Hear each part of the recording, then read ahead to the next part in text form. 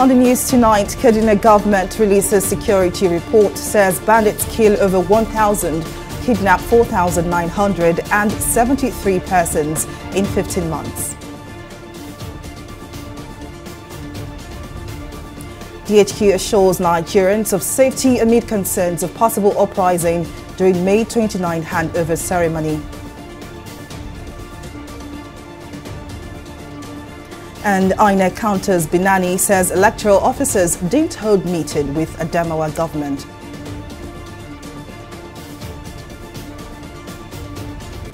Hello and welcome to News Now on TV360 Nigeria.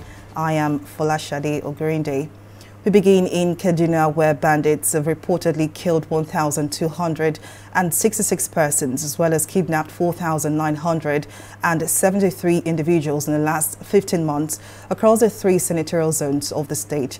The Kaduna State Commissioner for Internal Security and Home Affairs, Samuel Ariwan, disclosed this while presenting the 2022 security situation and 2023 first quarter report for the state on Wednesday. Ariwan explained that the victims were killed and others kidnapped as a result of banditry, terrorism, violent attacks, reprisals and communal clashes. While receiving the report, the Kaduna State Governor, Nasir El-Rufai, said the state government did its best to prevent the sad incidents through institutional measures and pragmatic actions. In 2022, we had 1,052 deaths. Kaduna Central Senatorial District accounts for 641. Giwa top with 180.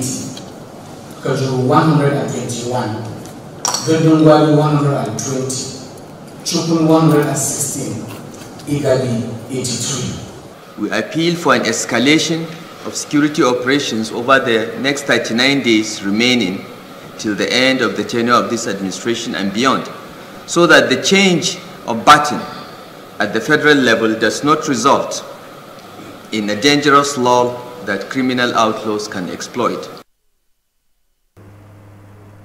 Well, still on security matters, the Nigerian military has yet again assured Nigerians of its unwavering resolve to ensure that peace, calm and tranquility reign supreme in the country. The Director of Defense Media Operation, Major General Musa Danmadami, gave the assurance during the bi-weekly briefing on the activities of the Nigerian troops and other security agencies. Danmadami advised Nigerians to go about their legitimate duties as the military high command is readily proactive in all its dealings. This assurance comes amid concerns of a possible uprising during the May 29 handing over ceremony to the president-elect. And just like the general election has come and gone, winners have been announced,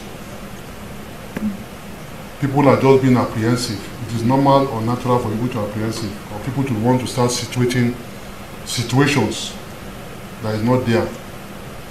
We will recall that there was a U.S. advisory note, and up to now we are still waiting for the consequences. People have been predicting that this country will finish, but nothing has happened up to now. Members of the armed forces, like I will always tell you, will continue to be, we are not resting on our oars to ensure that peace and security is sustained in this country. I can equally assure you that the intelligence community too are working round the clock, just like the way we are working around, the armed forces are working round the clock to make sure that there's peace and tranquility. And I can assure you there are a lot of follow-up operations going up every day. Every day. People are being arrested.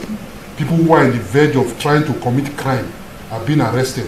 People who are moving ammunition from one point to the other, moving weapons from one point to the other to go and commit havoc are being arrested every day, as it was reflected in the report in the brief for today. We are working round the clock, both the intelligence community and the armed forces of Nigeria. We are working around the clock to make sure we nip these things in the bud. And if they happen, we respond to it appropriately. So there's no fear. People should be afraid that when they hand over, there will be calamity all over the place. I can assure you we are going to be ready to address such whatever calamity is going to come up. Away from security matters to politics, the Independent National Electoral Commission (INEC) has denied meeting with Adamawa state government officials to rig the rerun governorship election. The National Commissioner and Chairman Information and Voter Education Committee, Festus Okoye, debunked the claims in a statement on Thursday. The denial comes following a report that its officials deployed to supervise the governorship rerun paid a nocturnal visit to the state government house to rig the polls for the incumbent governor, Ahmadu Fintiri. Okoye emphasized that the commission appointed and retained only one returning officer for the governorship election, who also doubled as a state collation officer for the presidential election. President Muhammadu Buhari has bid farewell to the ambassador of the Socialist Republic of Vietnam, Long Quoc Tin, at the State House in Abuja. The president thanked the Socialist Republic of Vietnam for its support in areas of security and economic development, expressing the wish that bilateral relations between the two countries will continue to grow. On his part, Ambassador Tin congratulated the Nigerian president on the successful 2023 general elections and the widespread victory of the governing All Progressives Congress (APC) in the presidential, National Assembly and gubernatorial State Assembly elections. He also canvassed the mutual relationship between the Communist Party of Vietnam and the APC.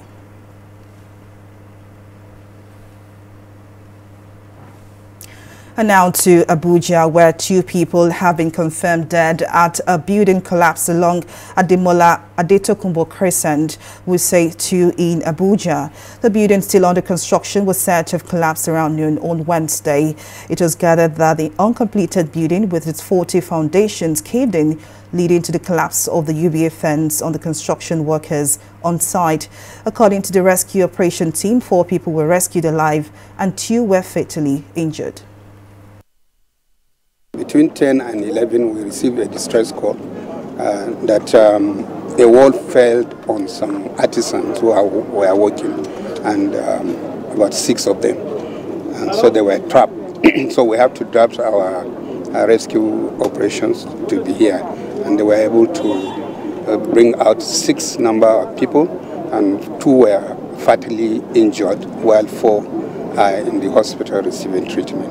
It's really unfortunate that we had this incident, but the authority concerned, that is in this context the Department of Development Control, has done all that is within its power by even stopping the work here. But then the developer, maybe using his engineer, didn't heed the warning, and then this incident happened. Because my colleagues here, who is responsible for monitoring development on this site, actually confirmed to me that they had directed the work to be stopped until necessary things are done. Because when you are doing this kind of activity, you need to shore it up, retain the wall so that there will be no collapse. The building was under construction, and the adjacent fence to the main building under construction collapsed on the men that were working on the site. So that's just what happened. No embankment was, or retaining wall was introduced while they were excavating the site where the building will be situated. So the adjacent wall now fell on top of the people that were under construction, that are working on the site.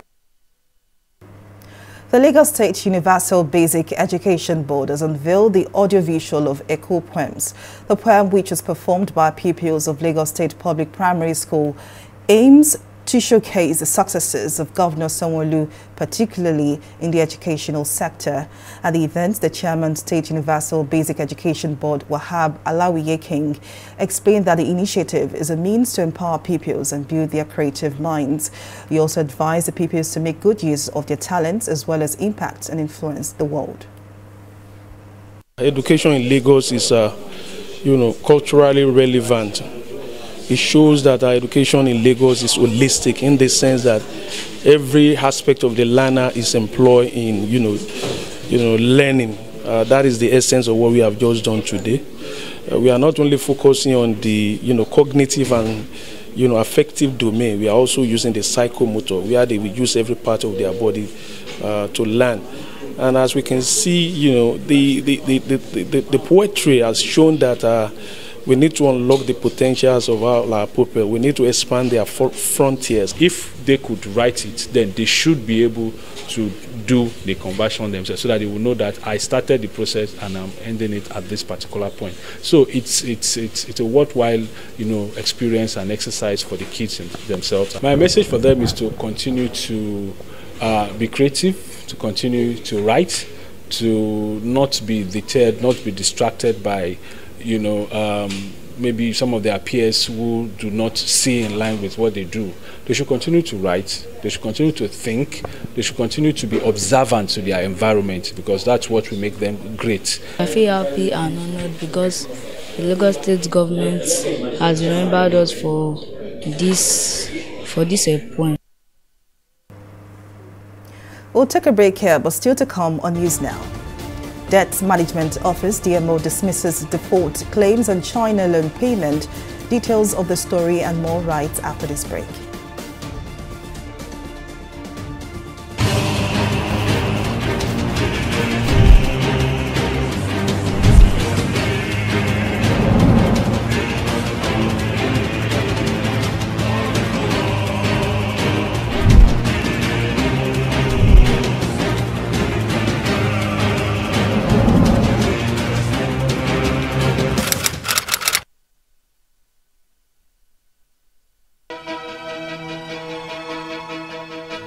Opinions are free, facts are sacred, but truth is universal. How, in practical terms, can we, for instance, de-escalate the tension? President must see himself as the President of the Federal Republic. We know where the enemy is. 3 places. The Lake Chad Basin, the border area between Nigeria and Cameroon, and then the Sambisa Forest. On Digi 360, we give you a complete dose of everything. Opinion, facts and undiluted truth. I hardly believe what politicians are saying in this part of the world. A new Nigeria is possible, a future is possible. We delve into the issues, dissect it so that you can understand it, use it to take action. I don't think there's any need for any governor to look for grant for ranching. Digi 360, dissecting the issues. Corruption not in my country. Hello? Yeah, I found your wallet in front of a supermarket. Meet me at Apple Junction. Yes, I'll be waiting for you. Now we find out. 2 of us. Thank you very much, officer.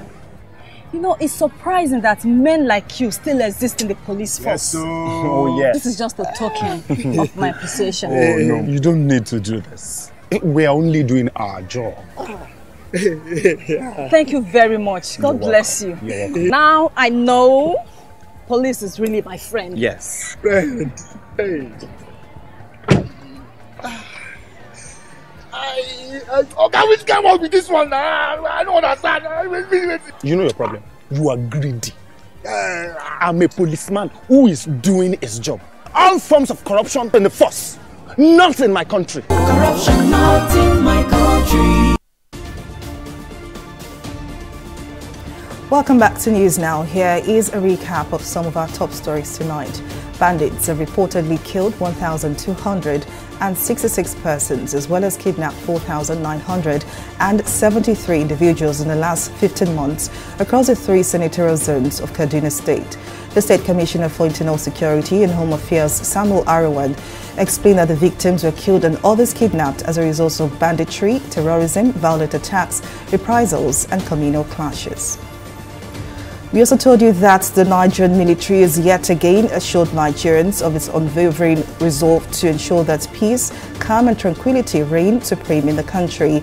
This assurance comes amid concerns of a possible uprising during the May 29 handing over ceremony to the president-elect. Well, in case you missed any of our news bulletin, or for more updates, you can catch us on Limex World TV or log on to our website on www.tv360nigeria.com. You can also follow us on our social media platforms on Twitter, Instagram and YouTube at TV360 Nigeria. On Facebook, we are TV360 Online.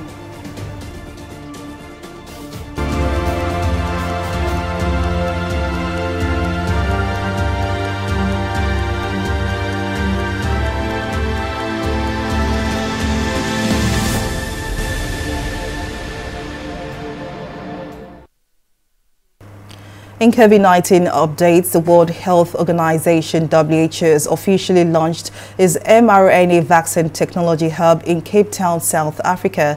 The facility was established during the COVID-19 pandemic to help poorer countries struggling to access life-saving medication. In 2021, the WHO picked South Africa biotech firm Afrigen Biologics for a pilot project to give poor and middle-income countries the know-how and licenses to make COVID-19 vaccines. New COVID-19 variant Arcturus is rapidly spreading across the globe, and worried health officials warn it has a new symptom not seen in previous strains. Reports from doctors in India, where the strain is rife, have said they are seeing more children and adolescents with the variant. The variant has been found in the US as well as the United Kingdom, among 29 countries in total. And while levels have so far remained low, health officials are keeping a close eye on it. The latest variant reportedly also comes with a new symptom not seen before with a coronavirus strain. We'll take a break now and be back with more stories in business, the foreign scene, as well as sports. Just stay with us.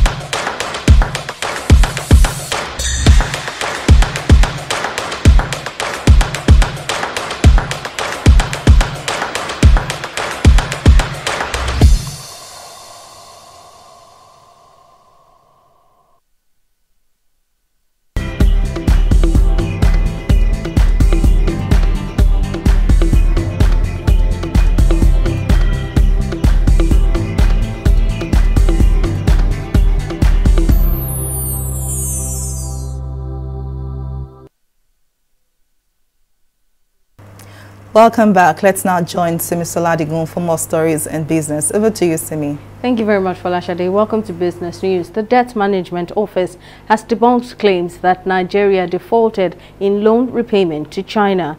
In a statement, the DMO said it was quoted by a media reporter saying that the country failed to fully service its debt to China, which had accumulated to 110.3 billion naira in the last 2 years. However, the agency denied the assertions, describing them as false, and advised citizens to ignore the report. As part of efforts to contain the regular collapse of buildings in Nigeria, construction experts have expressed their determination to carry out hands-on training for architects, builders, engineers and suppliers in the industry. Speaking at a press conference to announce the 7th International Construction Building Expo, the Chief Executive Officer of Elan Expo Lagos, Jude Chima, said the training will provide participants with the benefits of learning valuable skills. Chima said the participants will also learn the use of robotic power tools and smart electrification. Among the various professionals, when it comes to building, at least from the knowledge we have, each stage of any particular building should go through some physical and structural assessment, before you get to the next stage and all that. So these are ideas that we've put forward. These are issues that, of course, these are very basic ideas. So we believe that with this edition, we can also reinforce or reiterate that message, because we are bringing in lots of structural engineers to come and discuss with a lot of all these professionals. And that's also why we are having the training institute to train not just the professionals, the artisans too, on the importance of working with the right tools, and of course having the right measurements, understanding the latest trend and the latest technology in building. So these are the things that we're putting in place to ensure that even in the nearest future, these things don't keep occurring. Most importantly, we have at the back of our mind that we must promote local content. And the good thing about this expo is that from the 1st edition to the 7th edition, we've had a lot of companies coming from different parts of the world who are now currently in Nigeria. So I can mention a lot of them. Most of them are into doors, most of them are into other kinds of equipment and construction manufacturing tools. So I would say that this event has done a very good job in promoting local content. And of course, we're not stopping at promoting that. We'll still keep promoting it to the 50th edition. We'll take a short break here and return with stock market update. Do stay with us.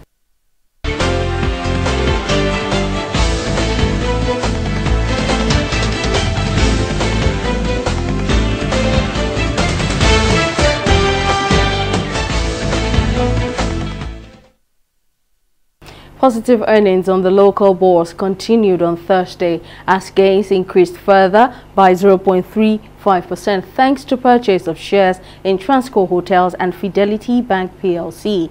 Now, at the close of trading on Thursday, the all-share index also appreciated to 51,355 basis points with a positive market breadth of 28 gainers against 16 losers. Now, Access Corporation and Fidelity Bank PLC lead the league of advancers with their combined total of 15 naira 7 kobo. Now, the market's positive close pushed its record return year to date to a new high of 0.20%. Now, in 4,309 deals, investors exchanged 600 million volume of shares worth over 5 billion naira. For our select global stocks, it's a mixed trading day with the US Dow Jones ending trade with a 0.23% decline. It traded low as Wall Street reacted to a mixed bag of corporate earnings and disappointing results from Tesla, which weighed on technology stocks. That's it on the stock market report. Back to you, Folashade. Well, many thanks, Simisula, for that update. And now to the foreign scene. Sudan's Rapid Support Forces leader, General Mohammed Hamdan Dagalo, says he has no objection to implementing a ceasefire over the Eid al-Fitr holiday. This comes as fighting between Sudan's army and the RSF continues for a 6th day with a death toll surpassing 300, according to the World Health Organization. UNICEF says the fighting in Sudan has taken a devastating toll on children. As many as 70% of hospitals in the capital, Khartoum, and neighboring states are out of service, according to the Doctors' Union. The United Nations Secretary General Antonio Guterres says man's actions are destroying Mother Earth. The UN chief made this known in a video to commemorate the 2023 International Mother Earth Day. Guterres explained that biodiversity is collapsing as 1 million species teeter on the brink of extinction. He added that the government and all stakeholders must end what he describes as relentless and senseless wars on nature. On International Mother Earth Day, we reflect on humanity's most important relationship, our relationship with the natural world. From the air we breathe, to the water we drink, to the soil that grows our food, humanity's health depends on the health of Mother Earth. Yet, we seem hell-bent on destruction. Our actions are laying waste to forests, jungles, farmland, wetlands, oceans, coral reefs, rivers, seas and lakes. Biodiversity is collapsing as 1 million species teeter on the brink of extinction. We must end these relentless and senseless wars on nature. We have the tools, the knowledge and the solutions. But we must pick up the pace. We need accelerated climate action with deeper, faster emission cuts to limit global temperature rise to 1.5 degrees Celsius. We also need massively scaled up investments in adaptation and resilience, particularly for the most vulnerable countries and communities we have done the least to cause the crisis. Healthy ecosystems, from oceans and rivers to forests and prairies, are also critical in our fight against climate change. Let's get to work to implement the historic UN Biodiversity Agreement to ensure that 30% of Earth's land and water is protected by 2030. At every step, governments must lead the way, but corporations, institutions and civil society also have a vital role. And now to sport. The Tigers head coach Mike Brown has been named the 2022-2023 NBA Coach of the Year. According to a statement issued by the NBA on Thursday, Brown was awarded the recognition following his feats with Sacramento Kings during the season. The 53-year-old became the first coach in the history of the NBA to win the award based on unanimous decision. And that's the size of our news bulletin. Many thanks for watching. I am Folashade Ogurinde. Bye for now.